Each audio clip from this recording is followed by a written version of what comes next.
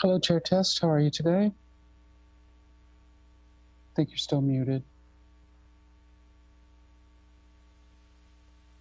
I think you're still muted, Diane. Hi. Sorry about that.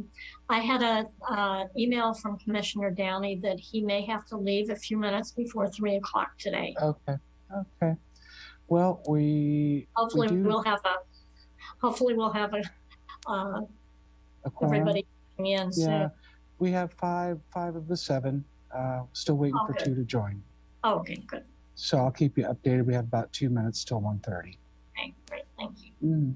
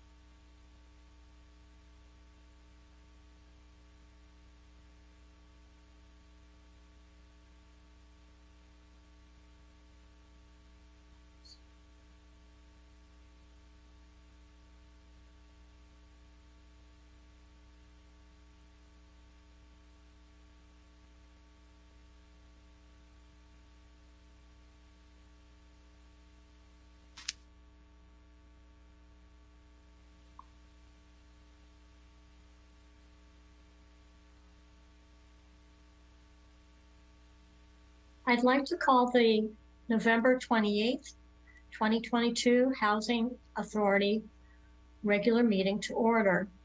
Due to the provisions of the Governor's Executive Orders N25-20 and N29-20, which suspends certain requirements of the Brown Act, the Housing Authority Commissioners will be conducting today's meeting in a virtual setting using Zoom webinar. Commissioners and staff are participating from remote locations and or practicing appropriate social distancing. Members of the public may view and listen to the meeting as noted on the city's website and as noted on the agenda. Members of the public wishing to speak during item 6, public comment, or during our public hearing items will be able to do so by raising their hand and will be given the ability to address the commission. As a matter of housekeeping, I'd like to remind commissioners to keep their audio on mute unless they are speaking. Commissioners other than the chair can mute themselves. Staff will remain muted until needing to speak.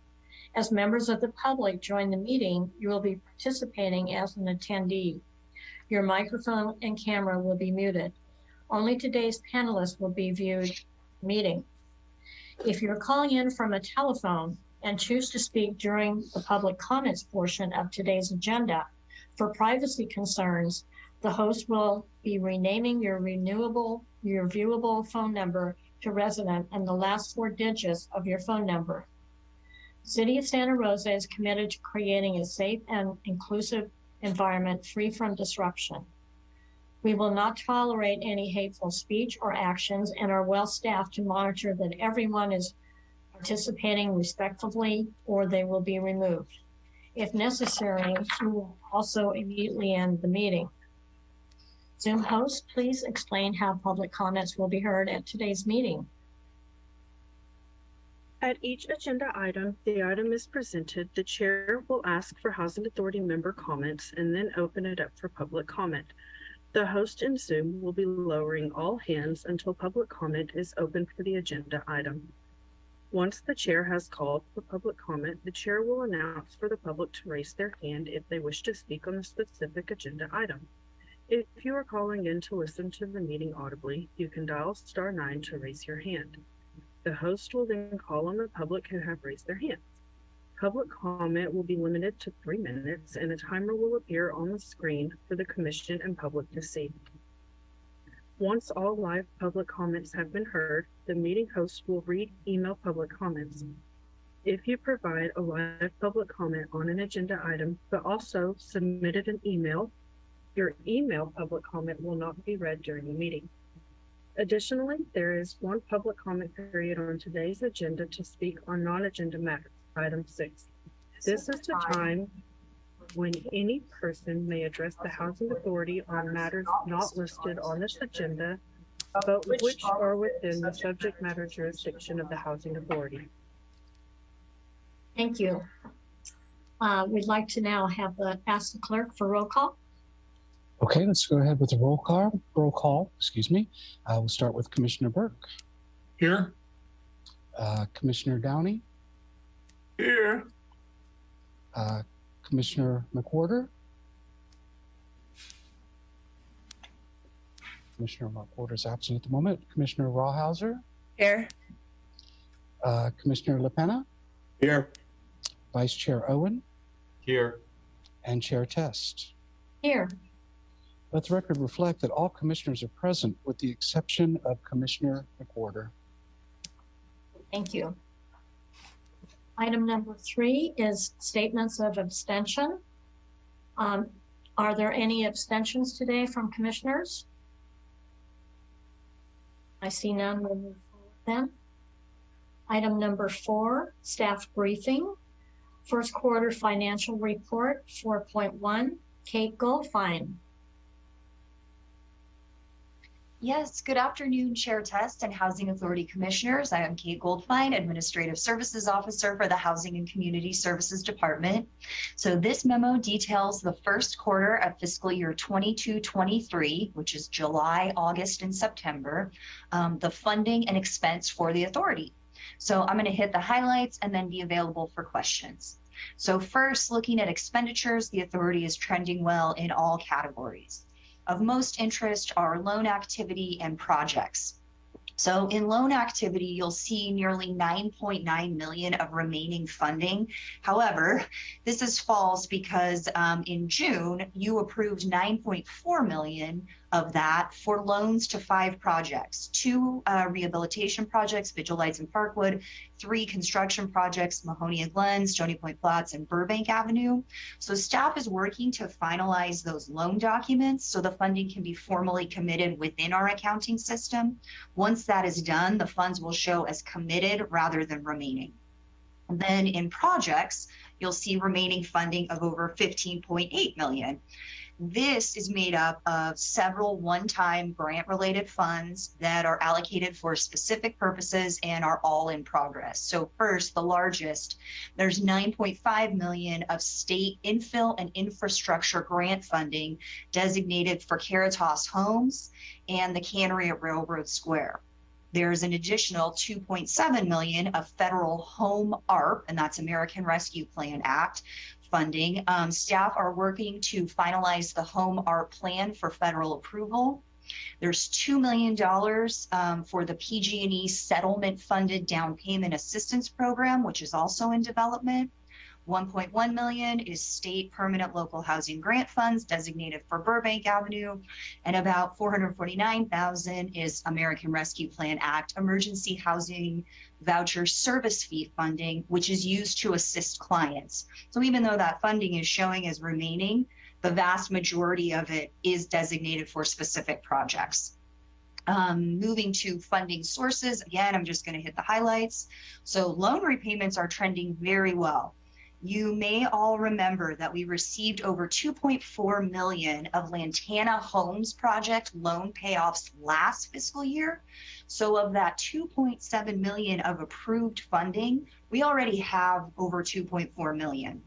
We had budgeted to receive just under 300,000 of new repayments for the entirety of this fiscal year, and we've already received 456,000 just in this first quarter. So this funding is primarily used for new loans, and we will be budgeting it in the next fiscal year. Looking at housing impact fees, we projected to receive 1.4 million, again, in the entirety of fiscal year 22-23, and have already received 952,000, 68% in the first quarter. So that is trending quite high. At some point, however, we expect development to slow. So as usual, we will be keeping an eye on that carefully. And then finally, the state grants category approved funding is higher than usual due to the two grants I mentioned a minute ago, infill infrastructure grant and permanent local housing grant. So we will request reimbursement from the state once we expend those funds for their intended projects. So this includes the briefing, and I'm happy to answer any questions you may have. Okay, do we have any questions from commissioners?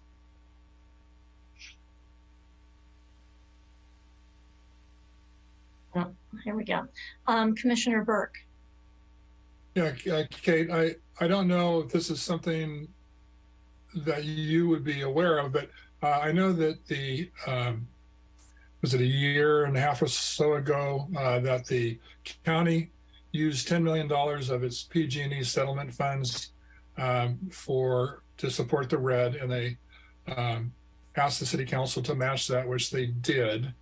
Are there any additional requests for funds from that? I forget the acronym, American Rescue Plan funds. Are there any more recent requests from RED for funding the program that they initiated? Not that I'm aware of. If Megan or Nicole is aware of something, please chime in. Be happy to answer that. Sorry, I was on mute. So the city did provide a $10 million loan to the RED, and ours, the city of Santa Rosa's, is a loan, whereas the county's was a grant. And the city was also asked last year to provide 50,000 in operational funds for the RED, and that money was distributed to them as well. I am not aware of any current requests from the RED or from the RED Housing Fund, which is their nonprofit arm that provides the loans. Thank you. Vice Chair Owen. Thank you. So as we go through these sources, some of them pop out as non-recurring, and for a few reasons. And if I could be, the CDBG-DR funds, that we should not be seeing those going forward on a normal basis. Is that correct? That's correct. At some point, we will expend the entirety of those. Home funds, those are recurring. Property rental recurring. Impact fees, compliance monitoring, loan repayments, that fluctuates. State grants is a large number, is that a non-recurring item? Yes, as I mentioned, those are two one-time. Well, let me catch that. So the infill infrastructure grant is a one-time grant. The state local permanent housing fund grant, I believe, is a 5-year grant, and we receive somewhere between $500,000 and $1 million or so each year. So we will see that for at least 5 years. Oh, okay, so that's a portion of 11.3. Yeah. Okay, but the federal grants of $6 million,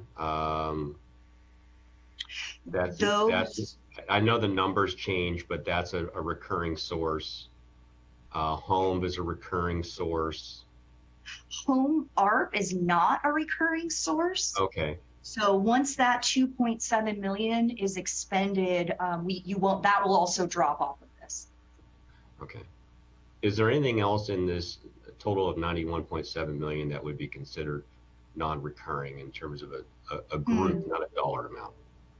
Yeah. Kate, if I could interject, the property rental, which is like halfway, top third, halfway on that list, will be changing depending on the future of the Brookwood Homeless Shelter. So that is rent derived directly from the former Brookwood Homeless Shelter.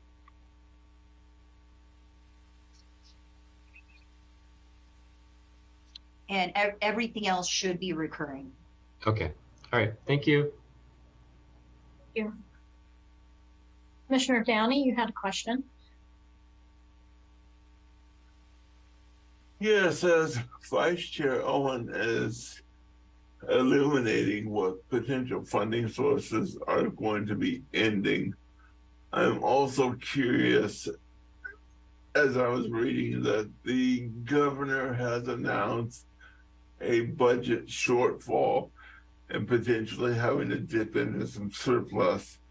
Would that have any impact on Santa Rosa, Kate? I don't believe so. They would have to remove grant funding that they've already committed to us. So I think that's unlikely. And again, Megan and Nicole, if you have anything to chime in, please do. No, our committed funds from the state, I anticipate will continue. What we may see, and we don't know yet, is a reduction in the amount of state funds available for housing funding. So there's been robust statewide funding for various housing programs over the past few years, and I imagine that will decrease a bit. What that actual decrease will be, we don't know yet.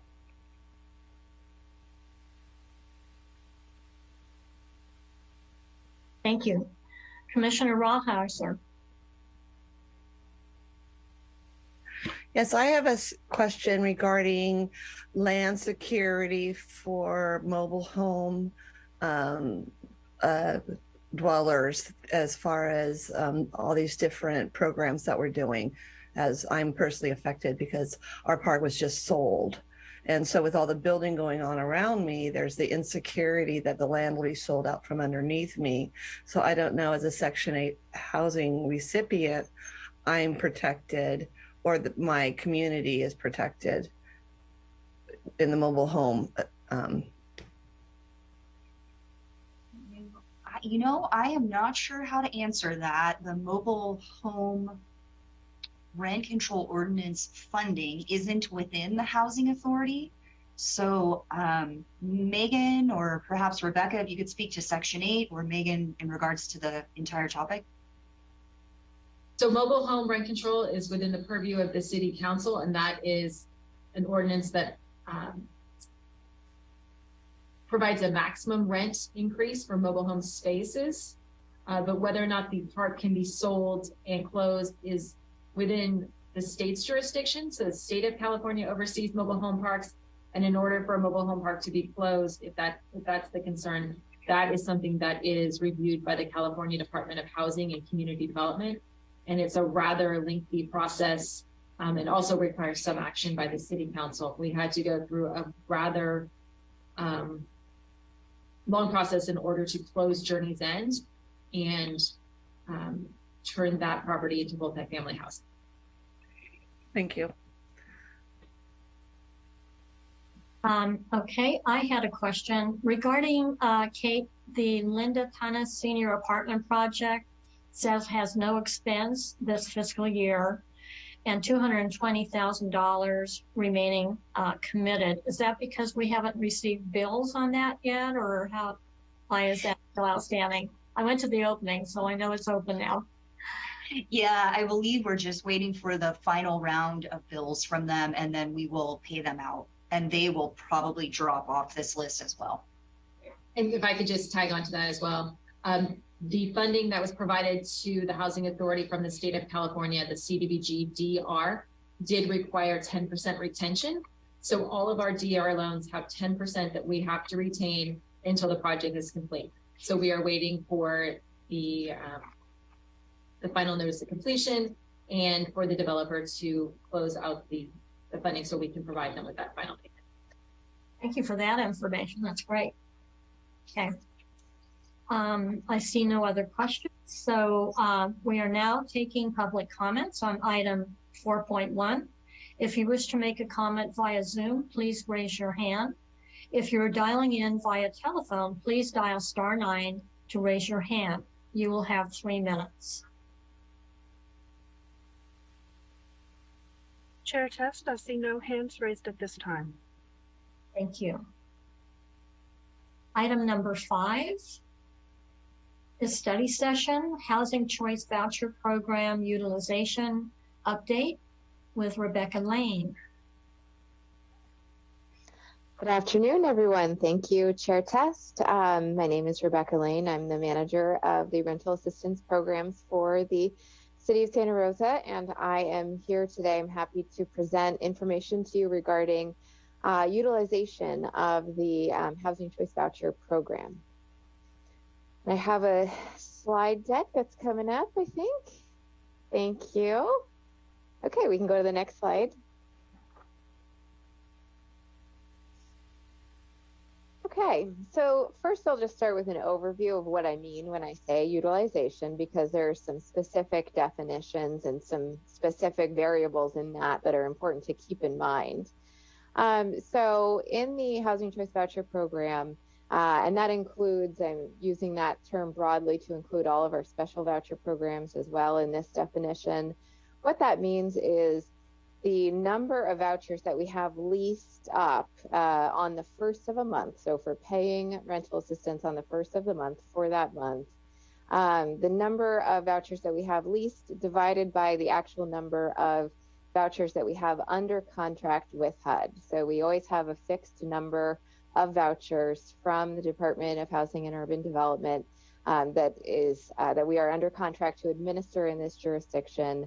So the utilization, program utilization, voucher utilization is the number of vouchers that are leased compared to that number that we have vouchers under contract with HUD.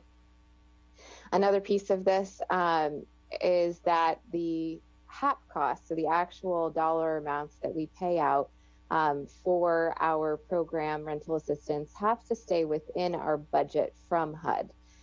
So our budget is generally based on what we spent in the prior year.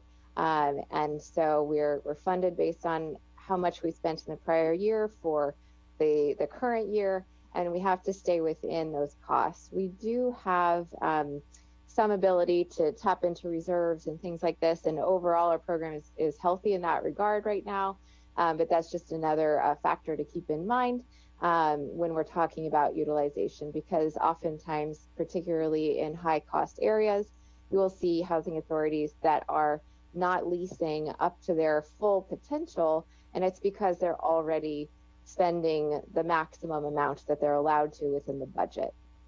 Another piece to keep in mind is that if the opposite is true in certain jurisdictions, or even in this jurisdiction and other times, if we are spending less per voucher than we had been in the prior year, that doesn't mean that we can lease up more households. That's called over-leasing the program, and that is prohibited by the regulations, even if we have the money available.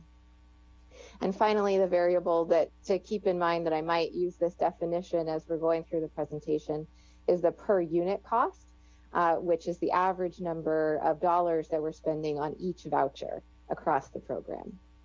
Next slide, please. So one factor in utilization and how these factors interact is the payment standard. So the payment standards is essentially the maximum amount that we're permitted to assist a household with. And that's based on the bedroom size of that household. And it does include utilities. So these payment standards are based on HUD's fair market rents that they release every year. The federal government releases to every jurisdiction a fair market rent based on their particular either metropolitan statistical area or their county or city jurisdiction. So the housing authority is allowed at the local level, once those numbers are released, to set payment standards that are between 90 and 110% of the fair market rent for that jurisdiction. And again, as I mentioned, that does include rent and utilities. So if the payment standard is $2,000, then what that means is the maximum amount that we're allowed to subsidize for that, let's say that was a 2-bedroom unit, if it was 2,000, and I'm just making up numbers right now, but that would be, say, $1,500 in rent and $500 in utilities. So the payment standard does include both rent and utilities. When we're talking about this in relation to utilization and our budget utilization, we have to remember that a higher payment standard will potentially increase opportunities for voucher holders, but it will also increase our HAP costs. So if voucher holders are having difficulty finding units that they can that we can approve based on the amount of rent, a higher payment standard might offer some more opportunities for voucher holders to locate places that will work with the voucher, but it does also increase our HAP costs because the per unit cost goes up when payment standards go up. The rent, regardless of the payment standard, always has to be reasonable when we compare it to other units in the jurisdiction and other similar units in that neighborhood. So that's a test that we do of every request to move in and every request to have a payment, a rent change, and that is required no matter what the payment standard is. The other thing to keep in mind is that sometimes payment standards can have an effect on the non-subsidized rental market. Oftentimes that's just because private owners, look to the housing authority to say, what are the payment standards? What are the average rents for this area? So it's just another piece to keep in mind when we're setting standards on an annual basis. Next slide, please. So current picture, as I mentioned in the beginning of the presentation, the utilization is always well, based on what we have leased on the first of a month. That's what the way the definition works at the HUD level. So the numbers that we're looking at here, because we are not quite done with November yet, are the most current available, and that's October of 2022. So October 2022 for the overall Housing Choice Voucher Program was 84%, which meant that we had 1,605 vouchers leased out of 1,903 that are available on our contract with HUD. As I said, we can drill this down into specific special voucher programs. So we do track VASH utilization separately. VASH, as you are aware, is the Veterans Affairs Supportive Housing Program. That program, we had 84% lease up as of October of 2022, representing 346 out of 419 vouchers. And finally, EHV is another one of our special programs that we do track separately. And this is tracked on a daily basis by HUD. So we do have November 16th data available, which is the same as today. I checked it this morning. We have 72 vouchers leased out of 131 available, and that is a lease up or utilization rate of 55%. Next slide, please. So, so that you're aware of our payment standards and how we've set them this year. This just happened back in October of this year. That's when the FMRs, the fair market rents, come out and are to be effective. So these are divided by bedroom size, and the first column after the bedroom size is the actual fair market rent. That's the dollar amount from HUD that we can, generally speaking, set a range locally between 90 and 110% of that number. As you can see here on the final column, we do have percentages that are over 110%, and the reason for that is that we have requested and received approval from HUD to go over 110% under waivers, program waivers that are still available under the CARES Act as a response to influences on the rental market from the pandemic. So we have the middle column here is our current payment standards, which again represents the rent and the utilities combined. This is sort of the ballpark maximum that we're allowed to subsidize per unit size. And I say ballpark because there are other factors that we didn't get into in this presentation, but sometimes individual household circumstances can influence where that number is. But these are our payment standards. These are fixed. And these are based on bedroom size and whether or not an individual household can be approved to rent a particular unit. That is dependent on other factors that are present in that household and as well as that particular rental unit. Next slide, please. So there have been, there's definitely a lot of interest in the emergency housing voucher program, and there have been there's been some press coverage about areas in not only California but also nationwide where to look at the success of the emergency housing voucher program. And one of the factors that has come up in that conversation several times is small area FMRs. So small area fair market rents is a data set published by HUD where typically in larger jurisdictions, the city or county can recognize that certain neighborhoods within that city and county or that jurisdiction have higher rents than other areas. And so this is the small area FMRs are the same numbers that I've just described that drill down to a certain zip code. And so for Santa Rosa, these are the numbers. This is a snippet from the HUD website. So this is just our, the zip codes that are the Santa Rosa zip codes in our metropolitan statistical area. The first column after the zip code is a 0 bedroom. So this chart ranges from 0 to 4 bedrooms. And we do, because this is just a HUD data set, this screenshot does also include 2 zip codes, which are not actually residential zip codes. 95402 and 95406 are actually just PO Box zip codes. So we want to sort of eliminate those from our study. But this is just to demonstrate the range of those numbers across our zip codes. Next slide, please. So in comparing the small area FMRs that are available to the city of Santa Rosa zip codes with the standard fair market rent, I've just pulled out a 2-bedroom to compare those side by side, because otherwise the slide would get a little bit too busy to read. So in the zip code for a 2-bedroom, you have 95401 through 95409. The next column over is the small area FMR, and the next column after that is the standard fair market rent.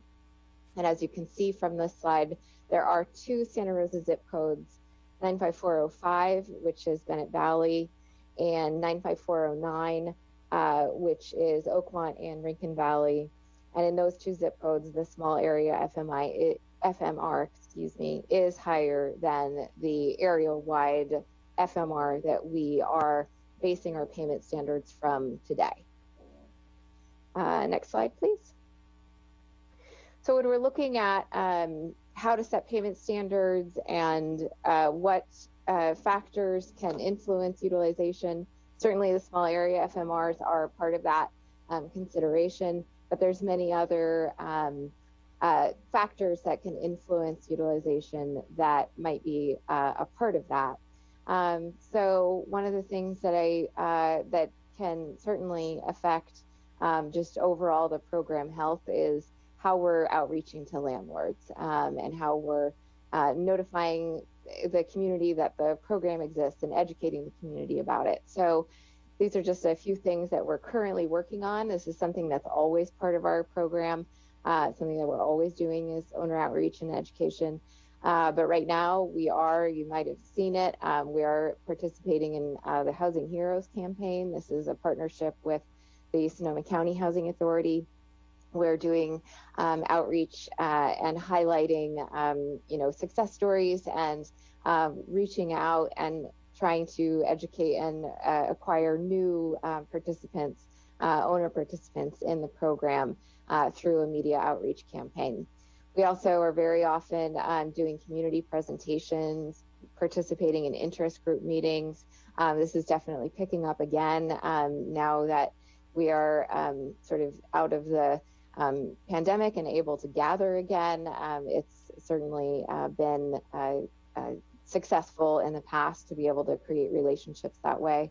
And we also now have access to a media group here just in the city of Santa Rosa. So we have people to work with that can help us highlight the success of our program through social media. And that's also been effective in getting word out about our program. We also can explore owner incentives if we find that one of the things that is impacting utilization is that owners aren't interested in participating in the program. So right now we have a pilot program that has begun with the Housing Choice Voucher Program to offer risk mitigation to landlords. We're partnering with Catholic Charities on that program, and it is just getting underway this month. So we don't have any data on that yet, but that is something that we're starting. We also have, just in general, ways that we can talk with participants, voucher holders in the program to try and understand and help problem solve around what might be a barrier to them achieving a tenancy. So security deposit assistance is a big one. We're very lucky in this community to have resources, often have resources available for tenants to help pay for their security deposits. And through the Emergency Housing Voucher Program, we actually have that resource available in-house. We also did that for the VASH program for several years.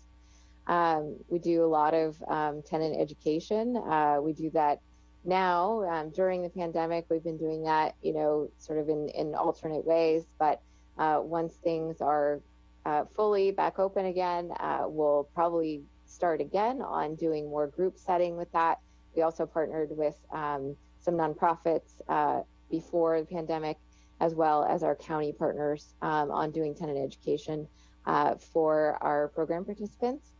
And then other avenues to explore to help potentially increase utilization are having housing navigators and housing stabilization case management.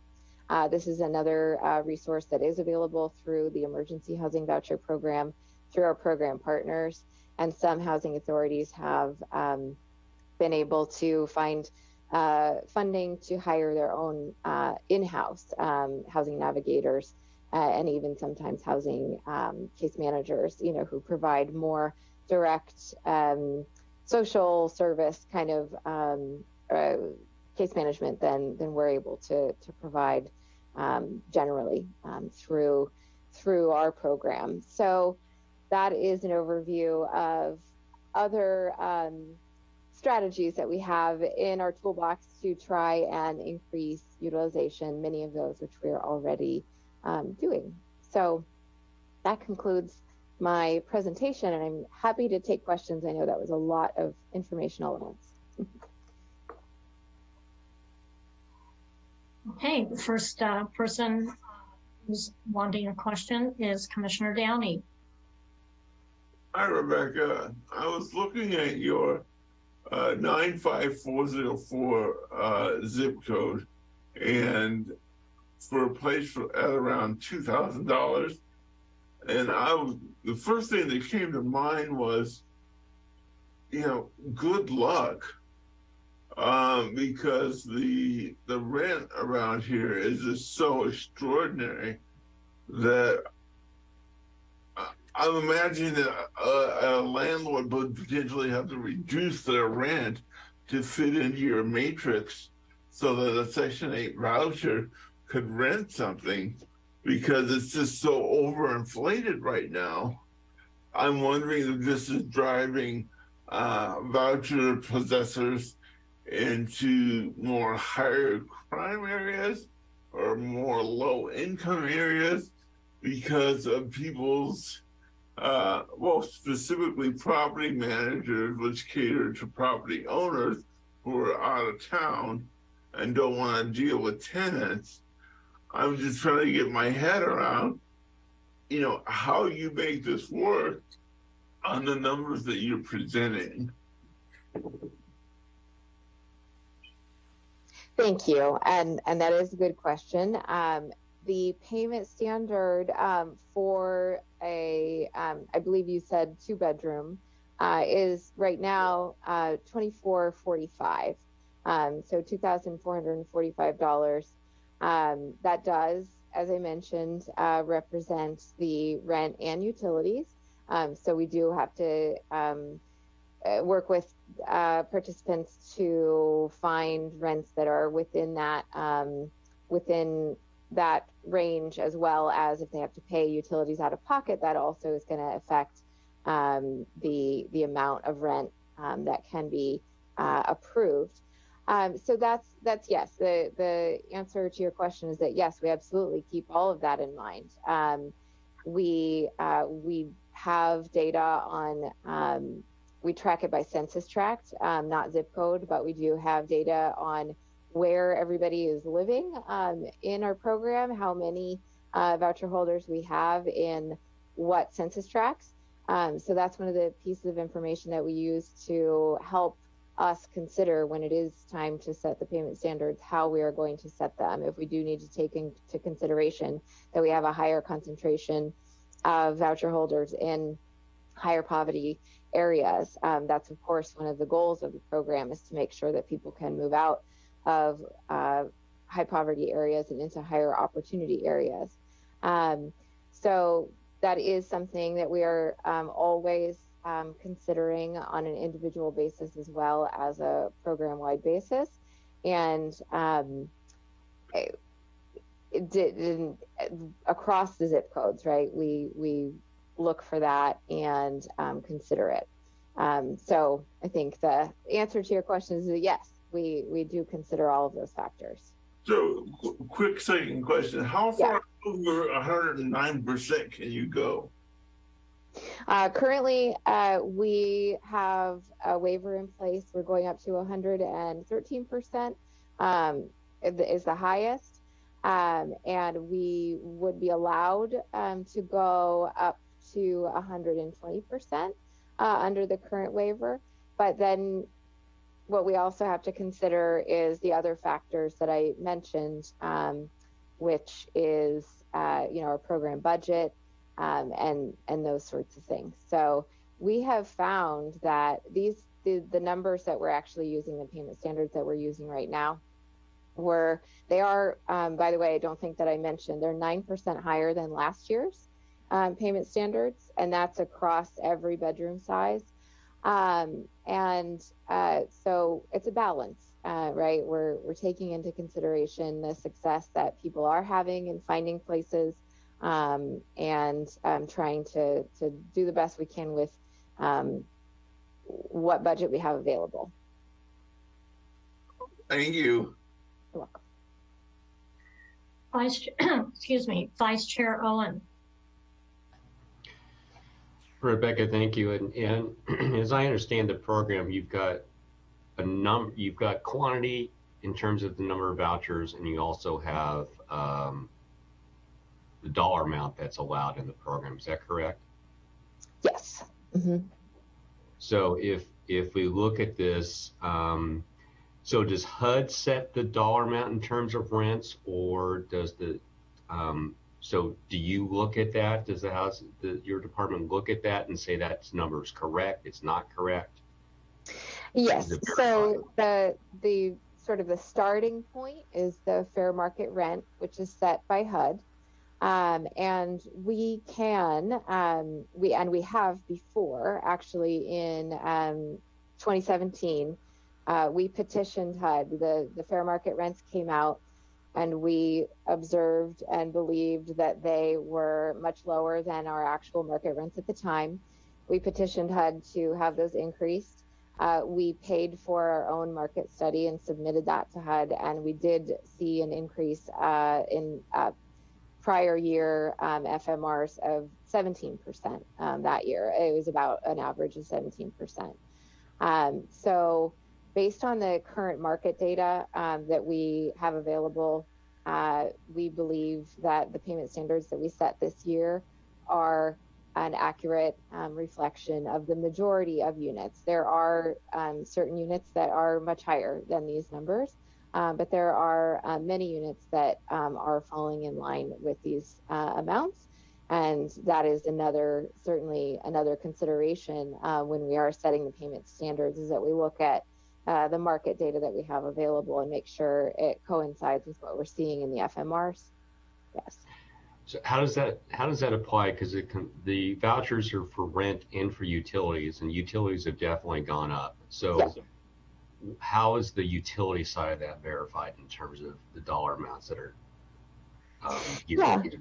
Sure. So the utility allowances also are updated at the same time as the fair market rents. That is a strictly local decision, because that's all based on local consumption and local costs. So we commission a consultant to do a study every year, and those have been updated, also effective for October 1st of 2022. So the way that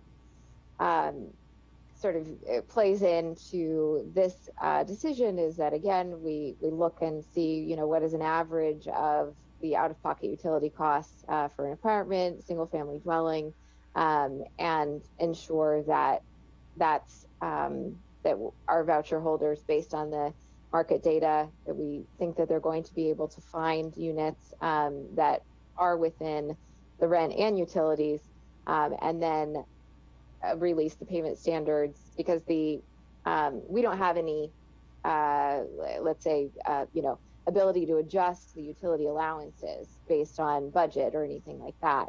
The utility allowances are based on consumption and cost for our jurisdiction, and that's it. So once we get those dollar amounts, then we can see, okay, so the average cost of utilities and the average cost of rent, does that fit in with these payment standards? And in this case, in this year, it does.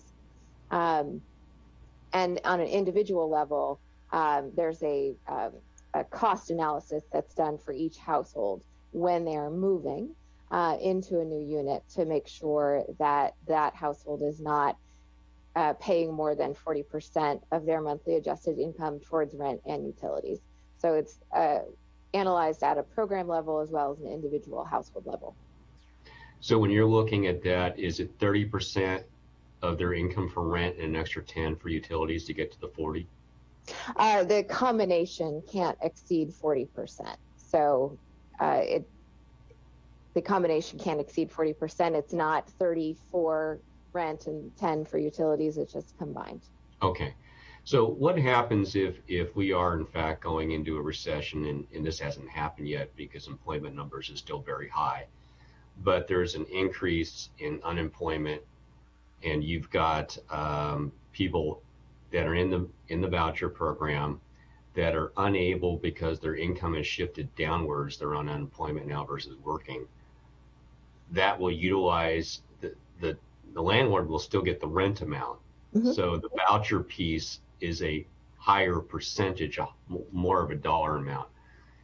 How do you balance that? Because you have a lid on the amount of dollars you have. Mm-hmm. And then you also have the quantity of vouchers. Mm-hmm. But if you had 100% utilization of the quantity of vouchers, you'd have no headroom in the ability to pick up that scenario where the person was paying 40%, now they can only pay 20 because their mm-hmm. income has changed. And so do you manage the program so that you never have 100% utilization of the quantity of vouchers? Because you need to have headroom for these other programs, for the ability for. Do you understand what I'm asking? Yeah, I think I'm hearing a couple of questions within that. So we're in terms of quantity of vouchers, we are never allowed to go over 100% utilization. So if we have 1,903 households or 1,903 vouchers, we can't lease up more than 1,903 households, period. That's statutory. We do, though, have, if we are under that number in terms of quantity, but we have budget available, we can lease up more households. So that's the place that we've been in for several years and have been trying to achieve. But we are just coming out of a period where we were spending all of our budget. And so we couldn't lease up more than, it was about 92%. We would spend all of our money on only 92% of our households. Under the CARES Act, we got some additional reserves and other things. So we're in a place now where we can be leasing up more households. So we're certainly making that effort. We're calling people all the way off the waiting list all the time, and engaging in these other activities that I mentioned in the last slide to try and encourage, more participation in the program overall. There was another question in there that I was trying to, about per unit cost. So your example of if a household loses their income or if everyone loses their income, and we will be spending, yes, more of our budget. And that is another one of the levers that we have to just keep an eye on. It definitely happened during the pandemic. That's how come we got some extra funding during the pandemic. And it's something that we're always monitoring. The per unit cost is how we capture that to make sure that we're not going to go into budget shortfall, which is the situation where of the household you already have leased up, you're spending more than the budget available. So we try not to get into that situation as well. So, and then another question I had, because you touched on it a little bit about the wait list. Yep.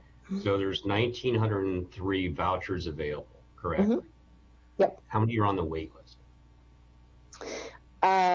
Approximately 7,000. Yeah, it's a long wait list. That's why it's a very long wait. Yeah, exactly. I think the last time that I know of you were quantifying that as about 7 years. The people that we're interviewing right now applied in 2012. So. Wow. Yeah.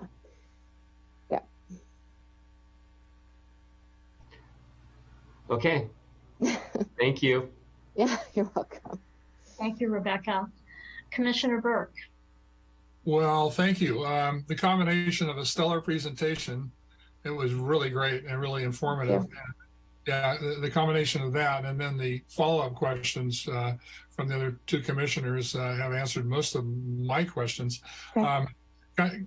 There's kind of two areas that I would ask you, Rebecca, to maybe respond to. And one is on what have been the, well, maybe more than two. So historical trends.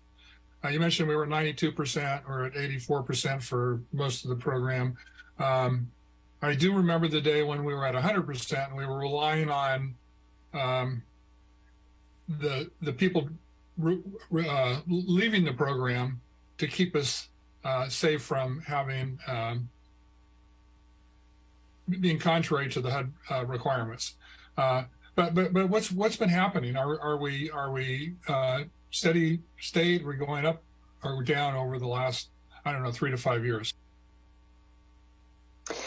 Well, the last 3 to 5 years have been unusual ones with the pandemic. But I would say that overall, our utilization has decreased, which is why we are making an extra effort now to bump it back up. Because the other sort of conundrum that we don't want to find ourselves in is if we have not spent enough money in 1 year, then the next year we don't get as much budget from HUD.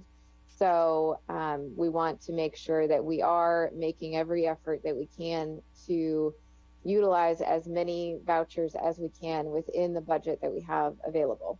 And so our overall utilization has gone down over the last several years.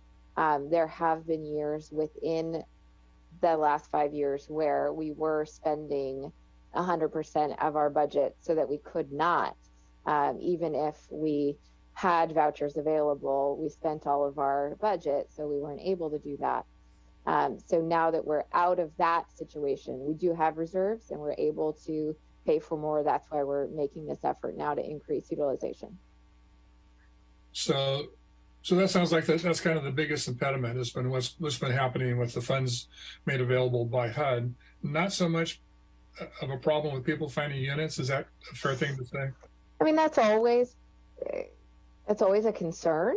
We certainly hear that from voucher holders. We know the rental market in Santa Rosa and Sonoma County is challenging, not just for voucher holders, but for everybody. We just don't have a lot of vacancies. The fire certainly impacted that. We're still having impacts on the market from that. So it's challenging, yes, for voucher holders to find places. We hope that it is not significantly more difficult than an average renter. And we're balancing the different factors, across the program to make sure that at least financially we're giving our voucher holders as much as we can when they're out there looking. My general conclusion is listening to the presentation and kind of knowing the good work that's been done is that it's a very complex machine, but it's also a very well-oiled machine based upon your efforts and the entire staff involved with this program. But just kind of, to a degree, well, I piqued my interest by an article that was recently in the LA Times. And I think the point of the article was to be critical of LA and San Francisco and use San Diego to make a point. And the point I think that was made was the Housing Authority in San Diego is doing extraordinarily well in their voucher program. And I think the two things that I remember from that article was the involvement of using the zip code rents to better fine tune the program and to get a better result. And the other part that I remember was people that would, from often other organizations that would assist those who had vouchers to be successful in finding units. So that's just kind of what piqued my interest and we answered so many questions. But I guess the fundamental question is, to what degree and how do you go about kind of looking for best practices? Oh, well, we definitely, yes, we know San Diego. I know the director of San Diego. They're all superstars down there. And this is often, one of the ways that we do, conferences and other networking opportunities, webinars. There's a lot of ways for Housing Authority staff to learn about what other agencies are doing. And that's certainly one of the ways that we have found some of our, best ideas. We worked with other housing authorities in California that had already petitioned HUD for higher payment standards. When we did that in 2017, we were working closely with other agencies that had already done that. A lot of times, particularly in California, the challenging things that happen to the program happen in other cities first, and then it comes to Sonoma County, whatever the challenge is, whether it's the rental market, prices going crazy or whatever. So we do work very closely with other agencies, particularly in California, who share the same circumstances that we do. I think the last area of interest that I have is first of all, I didn't realize that the radio ads that I've been hearing to increase the level of visibility for the Section 8 program and to encourage owners of units to participate in the program. I didn't realize that we, the city of Santa Rosa, were participating in that. I think that it talks about Sonoma County as the kind of the prevalent message that I got. But that's just thanks for that information. So kind of a related question is, I know that at one time, well, what's the status of the vouchers in the area recently annexed to the city in Roseland? Are those still administered by the county, or has there been a transfer of those units? Over time, there has been a transfer, but we are not administering all of them yet. The agreement, the memorandum of agreement specific to that area was that the county would continue to administer them so long as the households didn't move out of wherever they were living at the time, because there's an existing contract, so we didn't want to disrupt that. So over time, since November 1st, I believe, of 2017, we have taken on some of those vouchers, but not all of them. As I recall, that was a fairly large percent of the county's total Section 8 vouchers. Mm-hmm. So we're making progress, but we're not there yet. Okay, does that increase our allocation then? Does it have an effect on our allocation? Because that has been a slower process, it's roughly around the same pace as our general program attrition. People leaving the program because they don't need the voucher anymore, or they pass away. So it's about even. The impact that we're bringing in households from that at about the same rate as people are leaving for other reasons. And the reason I ask is I just recall that the county had a larger allocation, but their utilization rate was considerably lower in the past. I don't know where it is now, but that it would have made sense simply to transfer, the number of units allocated to the county to the city because of utilization. Right. Nothing else. Right. But I won't belabor that point. It's interesting that you've explained to me what the process is. So, and I do recall that having you explained that once before, or maybe more than once before. So thank you. It's complicated, so I'm happy to do it whenever we need it. Great job. Thank you very much. Sure. Okay, Commissioner Rawhauser. I was just curious as to what was covered under utilities. So if you're referring to which type of utilities, that's because you're saying rent and utilities. I was curious as to what was under that umbrella. Yeah. So if a tenant has to pay any of their PG&E, whether that's gas or electric, water, sewer, or garbage, or if they own the range, the oven, or the refrigerator, then they'll receive an allowance for that. What is not included in that is cable, internet. As of yet, there is some discussion that might become one of the utilities that's covered, but that hasn't happened yet. So it's the basic utilities: water, sewer, trash, electric, gas. Would that be a separate application they'd apply for? No, that's calculated as part of the rental calculation. So when we receive a request for a new tenancy, we ask up front what the arrangements are for the utilities, if the tenant is supposed to pay them out of pocket, or if the owner is, or if it's some combination. And then we subtract the utility allowance out of the tenant's portion of rent and cover that on our side. So basically, if 30% of the tenant's monthly adjusted income is $500, but they have to pay $100 out of pocket every month for utilities, then their portion of rent is going to be $400, and that other $100 is in their hands so that they can pay those utility costs within 30% of their income. Okay, I was just curious because I'm in a mobile home situation, so I get a separate utility bill. So, but I'm under the mayor's plan, Yeah. so I don't know how all that work together. Yeah, it's covered in your rental calculation. Yeah, thank you so very much. You're welcome. Thank you. Commissioner Downey. I do apologize for my bombardment of questions, Rebecca, but I'm curious if you're just getting to people who've been waitlisted, I think you said 10 years. How have people survived for 10 years until they can get their hands on a voucher?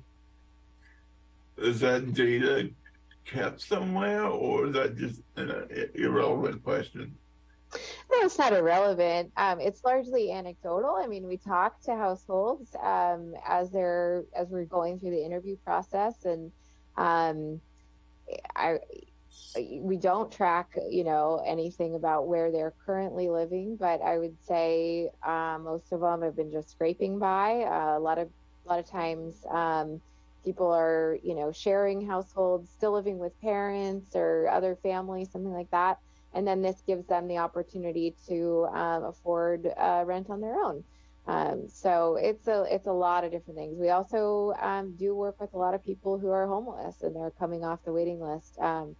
Generally speaking, on our programs, across all the different programs, more than 50% of the people that we admit into the Housing Choice Voucher program every year are homeless at the time that we bring them in.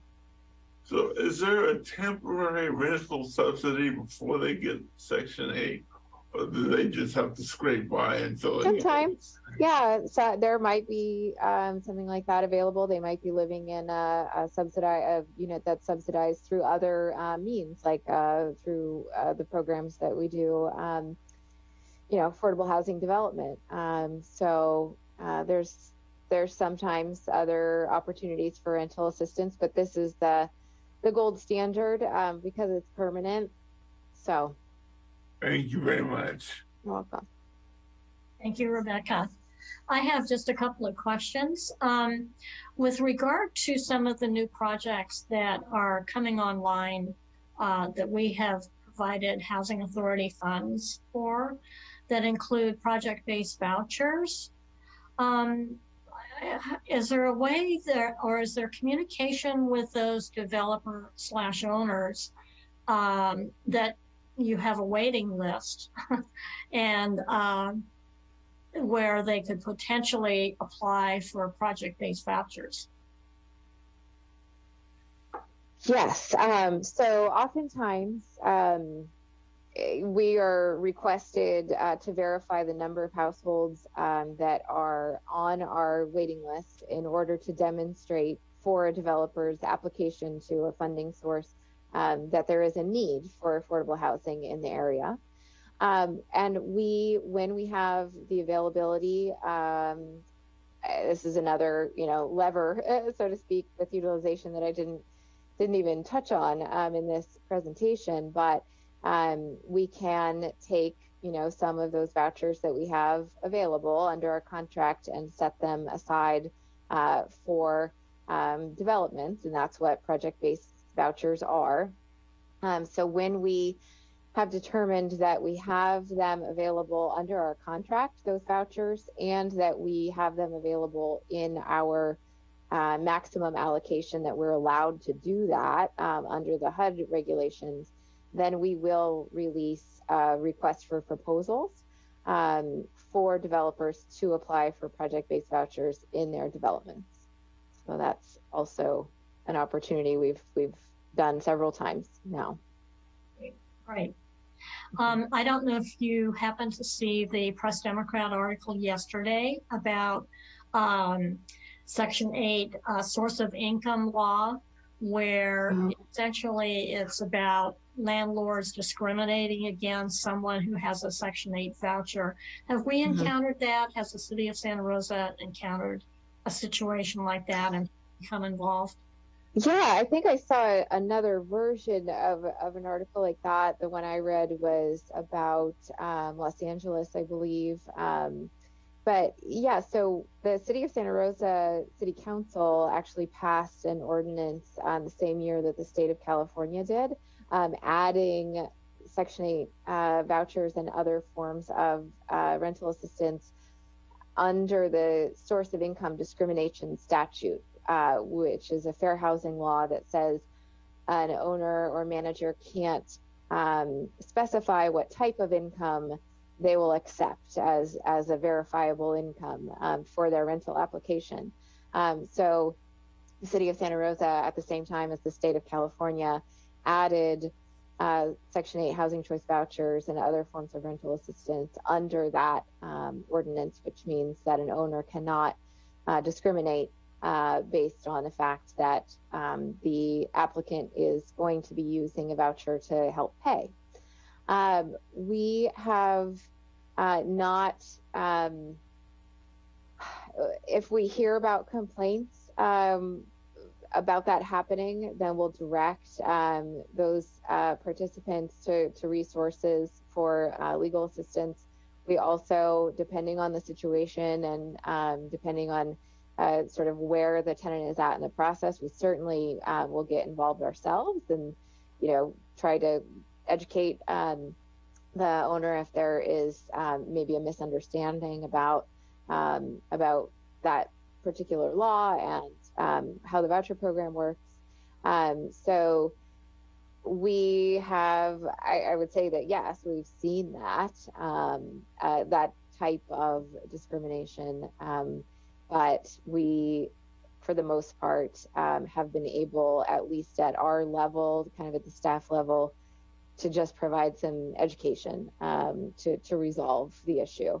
But again, it's not an easy rental market out there, and so there's a lot of tenants competing for the same units, and that's another piece of education that we hope to pick back up once we're going back out in the community again around education, owner information in the coming year.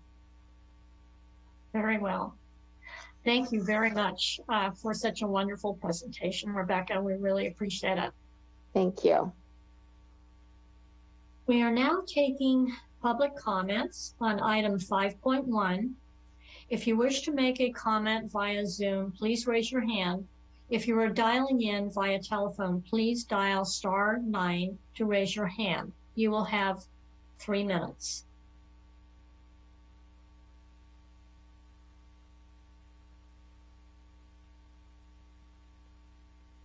Chair Test, I see no hands raised at this time. Thank you. Moving forward to item number 6, public comments on non-agenda items. We are now taking public comments on item 6, non-agenda items. This is the time when any person may address the Housing Authority on matters not listed on this agenda, but which are within the subject matter jurisdiction of the Housing Authority. If you wish to make a comment via Zoom, please raise your hand. If you are dialing in via telephone, please dial *9 to raise your hand. Chair Test, I see no hands raised at this time. Thank you.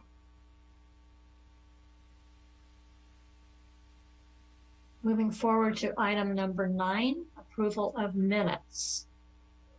We have the minutes of October 24th, 2022 meeting and the summary of the Housing Authority Planning Day. Are there any changes? Okay, I see no questions on that. Then we will move forward and consider the minutes approved as prepared. Chair Test, I see Commissioner Downey's hand up. Oh, I'm sorry. I think Commissioner Downer, go ahead, please. I thought you referenced 9 and we were at 7. I was just point of clarification. No, 7. I thought I said 7. Did I not say 7? I thought you said 9, but it's. Oh, sorry, Doug. Okay, that was number 7. All righty. I don't see any other comments. So we will move forward on item number 8, chairperson or commissioner reports. Are there any commissioner reports from any commissioners today?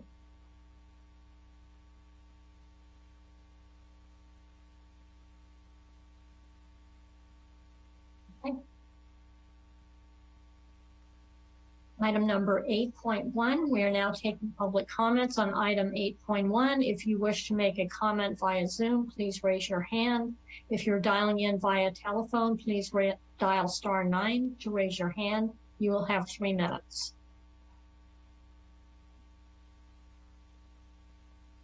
Chair Test, I see no hands raised at this time.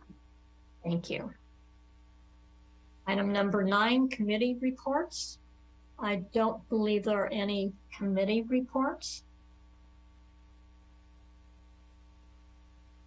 So item number 9, we are now taking public comments on item 9.1. If you wish to make a comment via Zoom, please raise your hand.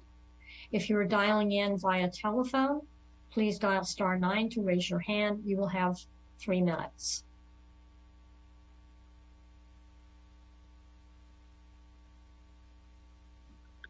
Chair Test, I see that Commissioner Burke has his hand up. Well, and it's not for this particular item, but I think we may have lost the quorum. Can we have someone confirm that from the staff, please? Chair Test, we still have 4 commissioners in the meeting, so we still have a quorum. Good, thank you. Well, Actually, now, we have 5. We have 5 still. oh, okay, okay. Good to know, thank you. Item number 10, Executive Director reports and communication items. Megan Basinger. Good afternoon, Chair Test and members of the Housing Authority. Attached for your review this month is our housing pipeline. As you'll note, for November, we have added projects with density bonus agreements that are in pre-development and construction. So we will be continuing to add these as we execute those contracts and those projects are proceeding.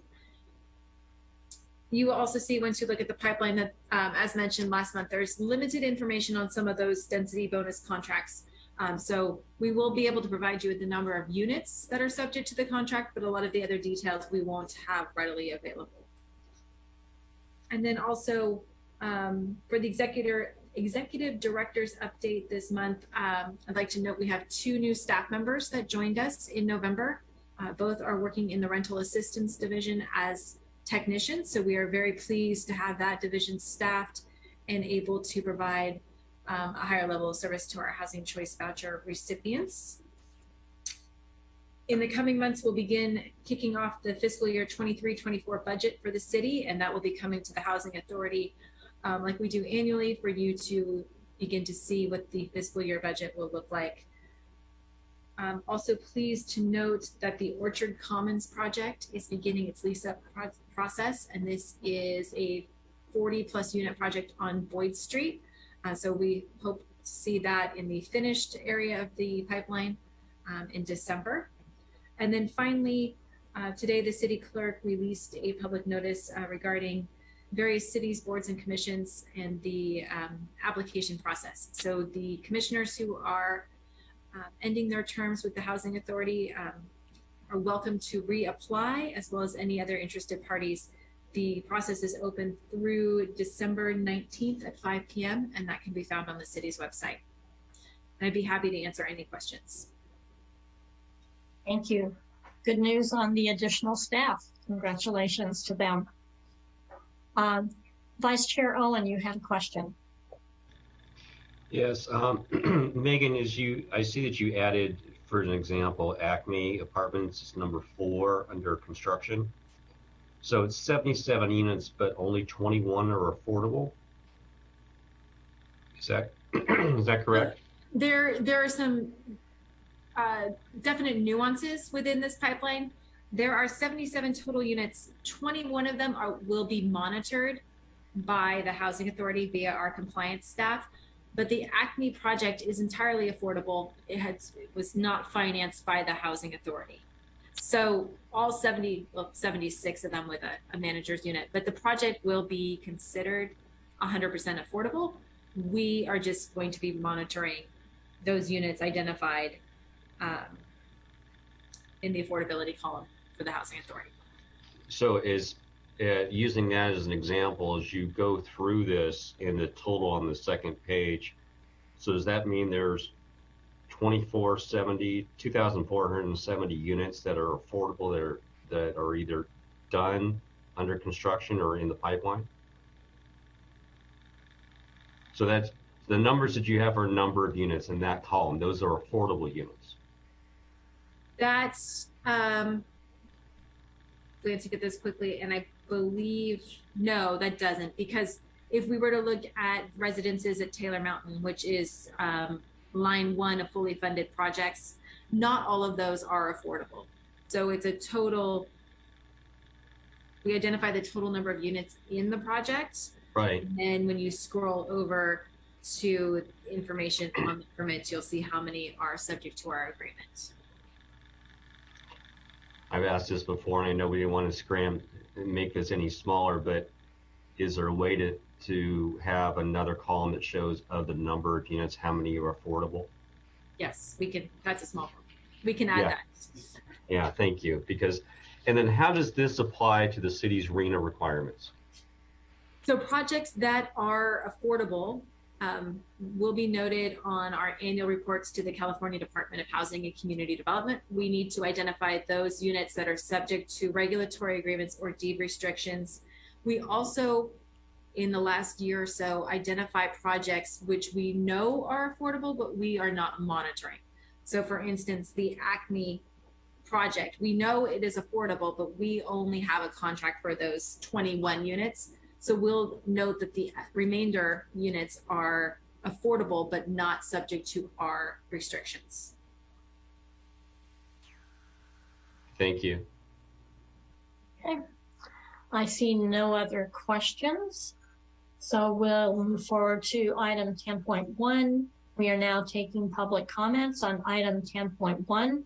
If you wish to make a comment via Zoom, please raise your hand. If you're dialing in via telephone, please dial *9 to raise your hand. We'll have 3 minutes. Chair Test, I see no hands raised at this time. Thank you. Item number 11 is consent items. When consent items are brought before the Housing Authority, it is not required that staff provide presentations to the commissioners. If there are no objections, with a motion and a second, the Housing Commissioners can take a single vote on all consent items on this agenda after public comments. Item number 11.1 is the resolution regarding budget appropriation of funds in the amount of $300,000 for affordable housing purposes.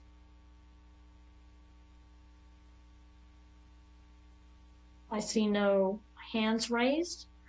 So if there are no objections or requests for this presentation, I will open this to Housing Authority, for public comments on item 11.1. If you wish to make a comment via Zoom, please raise your hand. If you're dialing in via telephone, please dial *9 to raise your hand.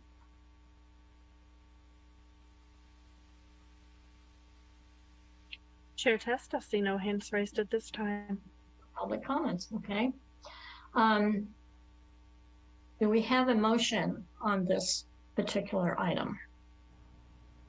I'll move to approve the resolution of the Housing Authority of the City of Santa Rosa appropriating funds in the amount of $300,000 for affordable housing purposes and waive the reading of the text. Thank you, Vice Chair Owen. We have a second. I'll second. Steve Burke. Okay. Can we do a roll call vote? Yes, we can. Give me just one moment. Sure.